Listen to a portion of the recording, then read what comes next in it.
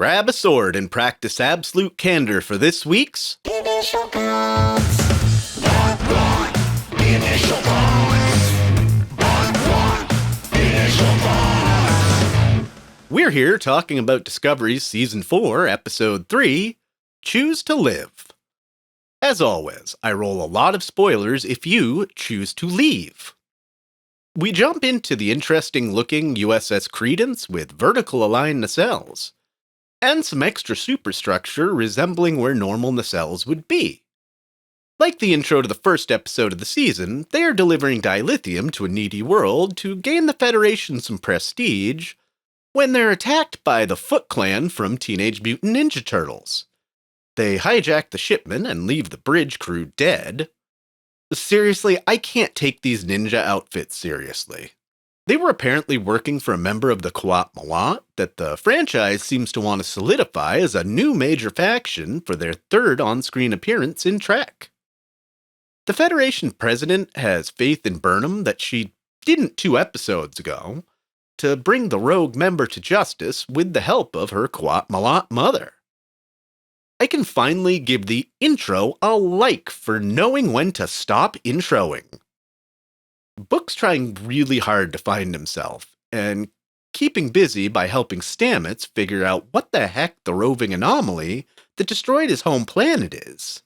While I thumbs downed the way the two of them bonded last week, I do like the bond and the camaraderie they now seem to share. The two of them go to the Navarre Science Academy to get their help figuring out what the anomaly is, the design of which gets a big thumbs up for me. However, that's balanced out by the fact that the members here still have the Vulcan ways of arrogance, pretentiousness, and xenophobia, and they've failed to shed them over the last 1,000 years and get a dislike. While they may not be the easiest people in the galaxy to have a discussion with, I suspect their interpretation of Stamets' data is correct, and this thing is not a primordial wormhole, as Stamets has suggested. I like that Tilly seems like the most actual human character on the show, trying to break out of her comfort zone and try new things. She knows she's at a crossroads in her life between the overeager cadet and the overworked one-time first officer she wasn't quite ready to be. I love her in the away uniform and wish she'd get that as a permanent outfit. It flatters her much better, and she wears it better than Burnham, I think. At the end of the episode, I really enjoyed her talk with Burnham's mom, solidifying that she's coming out of the fog she's been in the last few episodes. I also have to wonder if there's some foreshadowing here of her possibly becoming a Qowat Milat in the future. She seems very taken by the ways of absolute candor. As for the main focus of the week, Burnham and Tilly taking Book's ship on a capture mission with her mom and another Qowat Milat member feel like good classic Star Trek. Find a race of people in need and help them the best you can. Though I've got to give a second dislike to the ninja outfits brought back here. I understand the Qowat Milat Jedi Sith way of not using blasters, but to give Burnham and Tilly swords they're not trained in fighting with just seems silly. I'm endeared by the fact that this is the 3rd time Burnham and her mother have gotten screen time together in the series, and at the end they finally get to share a smile together. I'm not quite sure why Burnham is so upset with the extradition.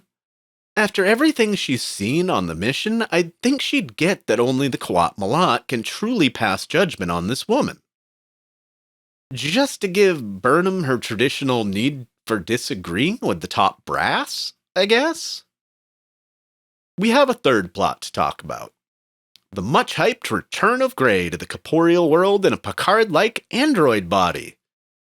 I like the return of the Trill Guardian, even as a hologram, to integrate Grey's consciousness into the new body.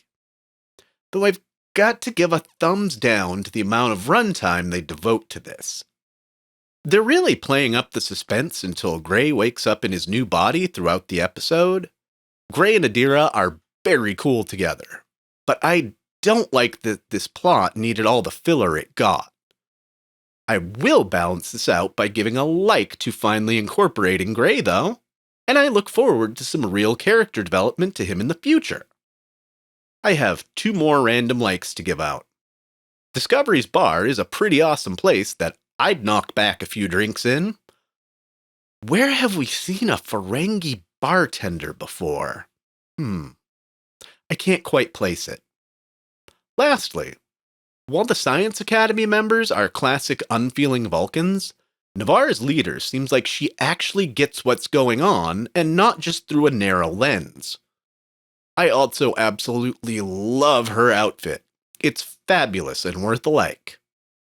Speaking of leaders, I've mentioned before that I really like Federation President Rillak, but I have to wonder if she's really the bad guy that we'll find out ultimately controls the anomaly by the end of the season.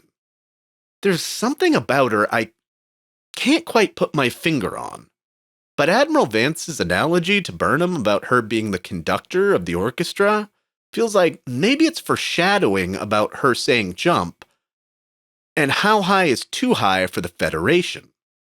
Just a random thought that maybe we'll see throughout the series. This episode feels like the most classic Trek formula so far in Discovery's season, and I can't wait to see where it goes from here. Join me next week as Stamets comes up with a new theory of what the anomaly really is. I've been your host, Dustin Wing.